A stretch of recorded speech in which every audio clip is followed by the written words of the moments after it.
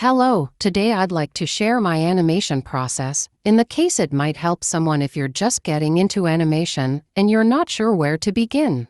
The first thing I want to tell you is, it doesn't have to be perfect from the start. You just have to make it exist so you can begin. Something that helped me get over my fear is dirtying the canvas. It helps get over the fear of perfectionism.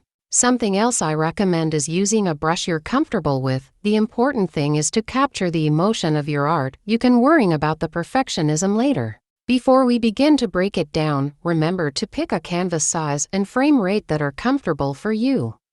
In IBIS paints, you can always rotate the canvas if you'd like it more portrait. You don't have to stick to the laws of speed for your frame rate. You can always speed it up or slow it down in your video editor. Just pick something that has the right level of motion and fluidity that works for you. For example, this animation is only 6 seconds. But after looping and adjusting the speed, it's a 13-second video. We'll come back to looping in a bit. Now let's get started. The first step is to roughly sketch out your animation. Don't worry about the frame number accuracy, just get the idea down.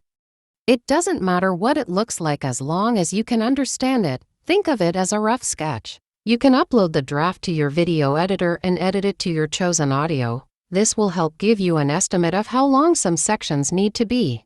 Step 2 is to refine your sketches. Now that you know how much time you have to work with after editing the video with your audio, don't be afraid to add extra frames to make the animation smoother. Add as many as you need in between the original draft frames till it's as smooth as you want it to be. Looping is an effective way to save time and keep your animation looking consistent. If you know a part of your animation is going to repeat, then I recommend you create a 3 to 4 frame segment to cut out and duplicate as a loop in your video editor. The third step is to finalize your liner. It can be tedious, but this is optional depending on your style. I've stopped doing so and leave my artwork at step 2 and move on to coloring. If you have finer details like makeup or shading, I recommend you color those first. They're easier to track consistently when you're able to see your past frames. If you have a setting background, you can draw it on one frame and copy and paste it for the frames that follow.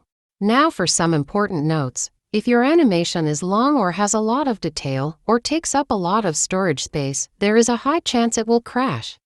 To avoid this, please draw each scene in their own animation file. You can download your art to reuse it as consistent elements throughout.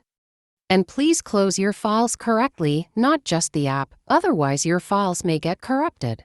Thank you so much for watching. I hope this video was helpful to you, and you can start your own animation soon. If you have any questions of anything I may have left out, drop them in the comments below.